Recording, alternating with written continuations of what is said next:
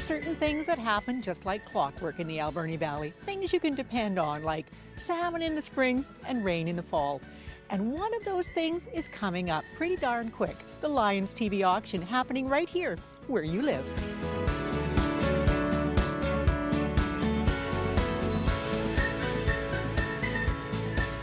Yes, it is almost auction time. It has arrived once again for the 45th annual time. So we are here today at the Port Alberni Youth Centre to tell you a little bit more about this year's auction. And I'm here with Lion Tom himself. Tom, this is a big deal for the Lions Club. Yes, it's our biggest fundraiser of the year, and we work on it all year, but all comes together on November 25th. So you say you work on it all year long, and I know that's true because pretty much January of every year you're back at it. Well, after we wrap it up on the 25th, we have to sort of revise all the lists that we use, and I guess we don't really start in too much serious business until just after like September, when we start sending people out collecting in the community. And that is a big part of it, because collecting in the community means the whole community supports this with their donations. Yes, they do. They really do support us well, and they have for all of the 45 years. And just how important it is in order for us to also be able to apply for gaming, we have to be able to demonstrate that we have the support of the community. And by being able to go to gaming and say we have the support of 300 businesses in the community, because it's usually around 300 items that we collect, that helps us in another way as well. Yeah, it is enormous. The Lions do so much around the community. There's playgrounds, there's seniors breakfasts, there's all sorts of things. Yeah, I suppose the best known thing that we've done in the last few years was that spray park or water park. And I think that's been a real winner. Every time I go by there in the summer, I see a horde of kids in there. So we're really pleased with that one. But yeah, in behind there's a gazebo and there's a bridge, and yes, we've done playgrounds and all kinds of ramps for people to have to get into their homes, and all sorts of things, all done with the support of the community, with the support of you. We're going to tell you a little bit more about it in just a few minutes. But first, we're going to show you some other programs, one in particular that the Lions will be supporting this year. Bagels being toasted on a conveyor belt. Actually, it's kind of breakfast on a conveyor belt, with hundreds of bagels, dozens of yogurts, and multiple bowls of fruit being served up at the Alberni District Secondary School's Breakfast Club. Our breakfast club runs 5 days a week. We have volunteers that come at 7:30 every morning that are from the community, that are dedicated to coming and helping our kids. They serve breakfast from 7:30 till about 8:35, I think, when the bell rings. It is so kind of simple and ingenious, right? Like, kids need to eat, and we just come and cook bagels. You know, there are regulars, but kids just pop in when they haven't eaten breakfast that day, which is awesome. Awesome, and according to Kathy Cross, needed. I think that people don't believe it. I think that people think not in Port Alberni, not in my community. And the sad fact of it is that kids are hungry. Kids are hungry, and that hunger isn't limited to any particular socioeconomic group. Parents are just busy, and breakfast can be missed in any home. We do see parents that go, oh, my kid came in and I know there's food, but that's why we're so successful, because anyone that is hungry is able to come in anytime. Now, Melody mentioned the success of this program, and as it happens, she has the data to back up that success. We've seen grad rates improve, incidences decrease, attendance improve, and that kind of thing. So I think that it is very important that we continue to do this. You can't learn if you're hungry. Your brain doesn't work if it's hungry. We all have the same aim for our students. We all want successful students. And if the brain's not working, if their brain's not being fed, they can't learn, they're not going to be successful. It does make perfect sense. And like Heather said earlier, it's so simple. But providing breakfast like this every morning isn't cheap. No, we have our budget has increased to about $30,000 a year. We have great organizations like the Lions Club is one of our great supporters of this, and they've been there for quite a few years for us. And they're going to be there again this year with some of the funds raised at the annual Lions TV auction earmarked for food programs in Alberni Valley schools. It's really important because it shows that the kids, that there's groups in town that support them and that believe in them and that want them to finish school and have no barriers when they come to school. I have had kids tell me that if it wasn't for the Breakfast Club they wouldn't have eaten, which just breaks your heart when you hear that kind of thing, but I'm glad that we're able to support this. And you can help support it too by taking part in the Lions TV auction on November 25th, live on Shaw TV or online at 4:15 and continuing until the last item is sold.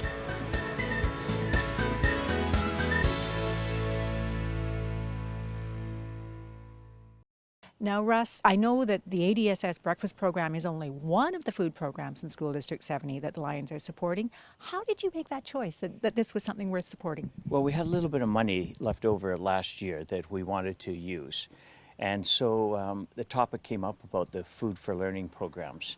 And so we researched it, found out that every school in the Valley has a Food for Learning program. I don't know what you've interviewed on the rest, but what we do know is that children learn best when they have food in their stomach. And because of our economic situation in the Alberni Valley, we know that almost 50% of the students in the town have difficulties financially with their families and that, and some are going without meals. Actually, a large number are going without meals, and so we decided we were going to start investing in that. So last year we gave $3,500, $500 to each of the schools and $1,000 to ADSS, and we're repeating that again this year. It's our commitment. I think it's a wonderful commitment, and it speaks to your motto, we serve. Yes, yes. Well, the Lions want to help our community. We want to help those people who are in need. We've been here since 1955, not any of us, but Lion Winston's probably the longest standing, 50 years this year. But we want to serve the community, not only financially, but in any effort that we can. And so we deem this to be one of the most important things to do right now. Well, I think it was a wise choice. Good on you guys. They always impress me every year. Different charity partners, every year, wonderful stories to be told. Now, we're going to tell you a little bit more about what items you can bid on this year, why you should be planning an auction party for the 25th. But before we do that, we're going to head over to Stage West School of Performing Arts, where pretty much everyone in the house is getting ready for their big event. Over 100 dancers from 2 different studios, guest professionals, and literally hundreds of costumes, all in preparation for one of the most iconic children's Christmas ballets of all time. It's called the Nutcracker, and it's the 3rd annual show that we're doing this at the end of November. It's a big undertaking, but worth it. In fact, it's such a big undertaking that 2 different studios, Stage West in Port Alberni and Urban Dance Connection in Campbell River, have joined forces in order to produce it. It's a pretty big deal. It's a hard job to coordinate rehearsals between both studios in different towns, but it's our 3rd year now and we're getting the hang of it. Getting the hang of it involves, among other things, a summer Nutcracker camp for dancers and a U-Haul to transport costumes and props from Port Alberni to Campbell River. It takes a lot of time, and we have many props. Families from Campbell River commute to Port Alberni for rehearsals, and then we often have rehearsals in Campbell River where our families travel to Campbell River for rehearsals as well. Being able to join the 2 schools up to do the Nutcracker production is really special for the kids, adds a lot for us, and to be able to work and collaborate as teachers is really exciting. And on the other side, we really enjoy bringing the holiday production to our communities. I just love to see the students having the opportunity to enjoy the ballet and being able to dance classical ballet for their local communities. And you know what? Because we do the show at the end of November, it gets everyone into the Christmas spirit for December. The Nutcracker will be performed in Port Alberni on November 25th at the ADSS Theatre and in Campbell River on December 9th at the Tidemark Theatre. Truly an iconic way to kick off the holiday season.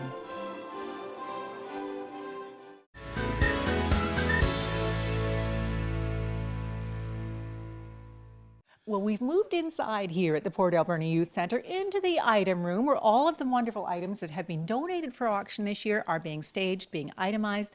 Mr. Don Hudson, you've got a lot of great items to auction off this year. Yes, there are quite a few unique items too, especially the oriental carvings, the panda bear, also the bare bones certificate for the year, and we also have one for pizza for every month of the year too. Okay, I've got to get a closer look at this, Don, because this says dinner for two once a month for a year, donated by Bare Bones Fish and Chips. And Aaron Vizia. And Aaron Vizia. Yes, You right. know, there are so many great items here. I even see hockey jerseys, and there's a Lauren Brossois hockey jersey to bid on. Craft kits, art, bird's eye maple coasters. There is just Made about locally. everything made locally. Yes. And I mentioned right off the top that these are being photographed. They're going to be online, aren't they? Yes, they are. So people can go to .com. avlionsauction.com. You don't want me to get that wrong. avlionsauction.com. You can take a peek ahead of time at all of the items. How many? 285. 285 and still counting? And still, no, 285. 285 That's it. items. You can check them out online. And when the auction starts, November 25th, November 25th, on the air at 4:15. and start auctions at 4:30. At 4:30. You can also watch the entire auction online. You can watch it right here on Channel Streaming, 4, yes. but it is also being streamed online. Yes. Don, Yes. thank you so much for telling me about Thank it. you. My pleasure. I know a lot of you are going to be putting together auction parties. You're going to be getting your friends together on November 25th, but there are lots of other things going on in the Valley right now, too. And we're going to go now to visit with Choir Director Extraordinaire Bonnie Wallbank. I love music. It's a big, big part of my life. It does something for me. It makes me feel good. I love the people in the choir. I love working with them. It's just great. It makes you feel young at heart. Bonnie Wallbank does love music. It's almost a glow that you see in her eyes, a glow that for the past 12 years she's shared as choir director for the Barclay Sounds Community Choir. This is the best choir. This is a choir where anybody could be a member. We have a huge spectrum of musical ability here. We have people that don't read or sing normally as a part of their life, and we have people that have played professionally, and it's a good place for all those people. Everybody can find a home in this choir. But making that happen, creating a space where everyone can be part of the joyful sound of this choir, is no small thing. And it comes back to Bonnie and that glow in her eyes when she's making music. You know, people just need to know that they can do things, that they've got it there, you know, and so you just pull it out of them. That's the beauty of Bonnie, is that somehow she makes all those people feel welcome, feel at home, feel entertained, and feel like they're contributing to something important. 7, time to buy those Christmas things. We need to be quiet in there. And really I just try to think of ways that I would like to be encouraged, and yelling gets nowhere, as we all know. Honestly, I think it's just a place where you can come together, enjoy singing, and have fun. Well, maybe that's a key point, because I think that when you feel joy, the people around you tend to feel joy as well. And if there's ever a time for this choir to spread joy, it's surely at their annual Christmas concert. 'Tis the season, coming up this year on December 3rd. Music is something that any musician or singer would like to share, you know. I can't see just keeping that inside and doing nothing with it.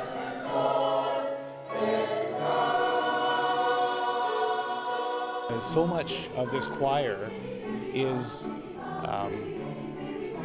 an expression of Bonnie's personality. She plays us like an instrument.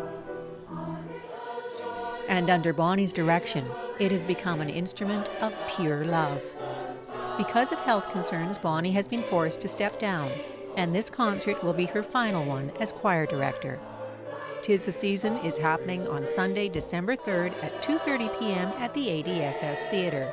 Tickets are available at the Roland Arts Centre, Echo Centre, and Salmonberry's Emporium, as well as at the door. You know, I just have to say, I have interviewed Bonnie so many times over the years. She truly is one of my favorite people, and the Barclay Sounds sound better and better every year. So make sure you get your tickets for this concert. It really is going to be a special one. Now, we are almost at the end of our show today, but before we say goodbye, we have one more story for you. A story that might just challenge some of your beliefs about drug addiction and the opioid crisis. John McDowell is a Port Alberni boy, a paramedic who loves his job. And as someone who enjoys an active lifestyle, he lived for years with pain caused by an elbow injury. I dealt with it for quite a while. I ended up getting a few cortisone shots and it never really healed, so I was booked for surgery, and in 2011 I got that surgery. The surgery was successful, but there was naturally some pain during recovery, and for that John was prescribed Tylenol 3. The maintenance dose of codeine with Tylenol 3 was exactly what I needed. I could do most of the things that I wanted to do, but I also have some lower back problems. I have a few of the discs that are gone and some that are going. I found with the codeine that it wasn't an issue and that I could do things that I could in my 20s, I guess, when I was younger. Living pain-free for the first time in years seemed almost miraculous to John, but over time, his usage of codeine changed. Rather than waiting for my back to get sore or my arms or shoulders, I took them beforehand. Over the course of a couple of years, I went from taking an average dose of 1 or 2 Tylenol 3 to always needing one more. Eventually, John's doctor cut him off, refusing to prescribe him any more T3s. So, John began buying Tylenol over the counter. Most of the time, it was medicine for me. I had debilitating headaches, my nose would run, my joints would ache. And the sad part is I knew that was withdrawal. I could only go a couple of days without Tylenol 1s or something that had codeine in it. By this time, John was consuming as many as 60 Tylenol tablets a day, and occasionally adding T3s on top. Once in a while, if I was looking to take the edge off, sideways, I guess something along those lines, I know of a few places in town where I would get some black market Tylenol 3s. It had taken years for John's codeine habit to get to this point, and he always intended to stop tomorrow. Several times he went to his employer to come clean, to ask for help. But each time, embarrassed by his situation, he changed the subject, talking instead about sports or the weather, allowing his secret addiction to become even more powerful, until December 10th, 2016, when John overdosed. When I woke up, I had some colleagues standing over top of me who had just resuscitated me. My unit chief, my boss, was in my house. My wife was quite distraught, and I was not feeling very well. It was quite the feeling to need Narcan and come out of it. All of my guilt and my shame and things that I was worried about were now wide open. It was all out in the open, and with nothing left to hide, John was able to begin the long process of recovery. And along the way, he discovered that he wasn't alone. Most people associate addictions with people they see lying on the street, in the gutter, in the ditch. And the truth is there's a large number of professionals in our society, ranging from physicians to all kinds of people in our society that have these challenges with addictions. Luckily for John, there was help available. Help that has given him the tools he needed to begin recovery, and a second chance at all he holds dear, The fact is, John's been able to go through this whole process and come out the other end in a positive way and being a contributing member of society. And during that process, he's managed to keep his job, he's kept his family, he's kept his children, and they've all supported him, which is just a tremendous story. I'm a very fortunate guy. I am surrounded by people who love me and have realized that nobody's born an addict or a street thug or anything like that. But the word addict implies, like I said, where I'm from here in Port Alberni, back alley, IV shooting, person hiding behind a dumpster. To meet other people who are willing to say, this isn't what I had intended. This wasn't the goal of the whole operation. It just is by accident one day, all of a sudden you realize that it's not okay.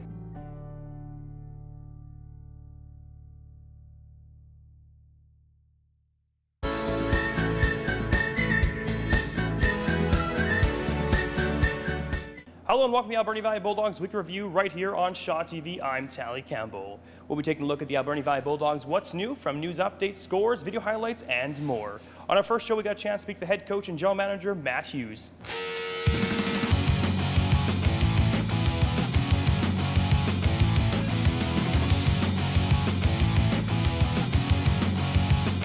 This past weekend, we were able to grab 1 point of a possible 4. Take us through both games, Coach.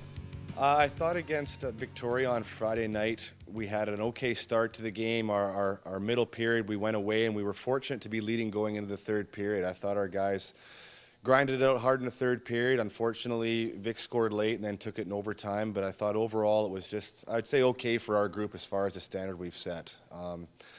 Saturday night against Nanaimo, I thought our first 10 minutes was as good as we've had all year. I believe the shots were 13-2 at one point.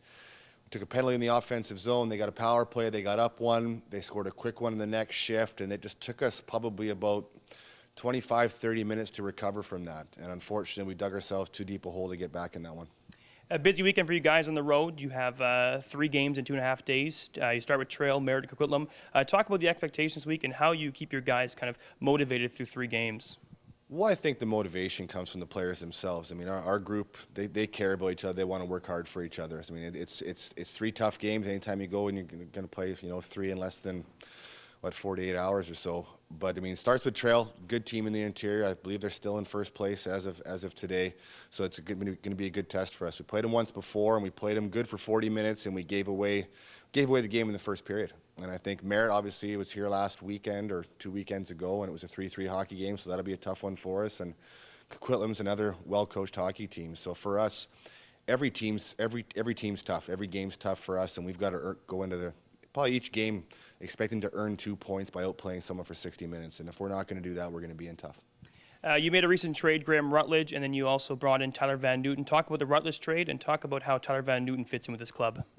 You know what? Graham was a pleasure to coach here for the 2.5 months we had him. It just, we weren't going to be able to give him enough opportunity as a 19-year-old to help him achieve his goals. So we made a move that we felt was best for Graham and got him back close to home where he's going to get a chance to play more. And then Tyler Van Newton, fast, skilled, gritty, strong 19-year-old player that's going to be another good piece for us, not only for this year but next. And we're real happy to have him on board. And last, Coach, you so far have 22 games in your belt as head coach and general manager of the Alberni Valley Bulldogs in your first season. Talk about those 22 games, how you felt they've gone. Not good enough at this point. I think, anybody that's a competitor knows that being under 500 for 22 games isn't the goal. But I think it's still a building process for us. We're developing our young players right now. We're trying to help guys move on, and we're going to get there. Awesome. Thanks, Coach. Best of luck this weekend. Thanks, Tyler. That was head coach and general manager of the Alberni Valley Bulldogs, Matt Hughes. We'll see you next time right here on Shaw TV. So many different people in our community, each with their own story. Kind of makes me want to get to know each and every one of them. Thank you so much for watching today. If you have something you'd like to see on Shaw, give us a call or shoot us an email. We'd love to hear from you. After all, there are so many stories to be told where you live.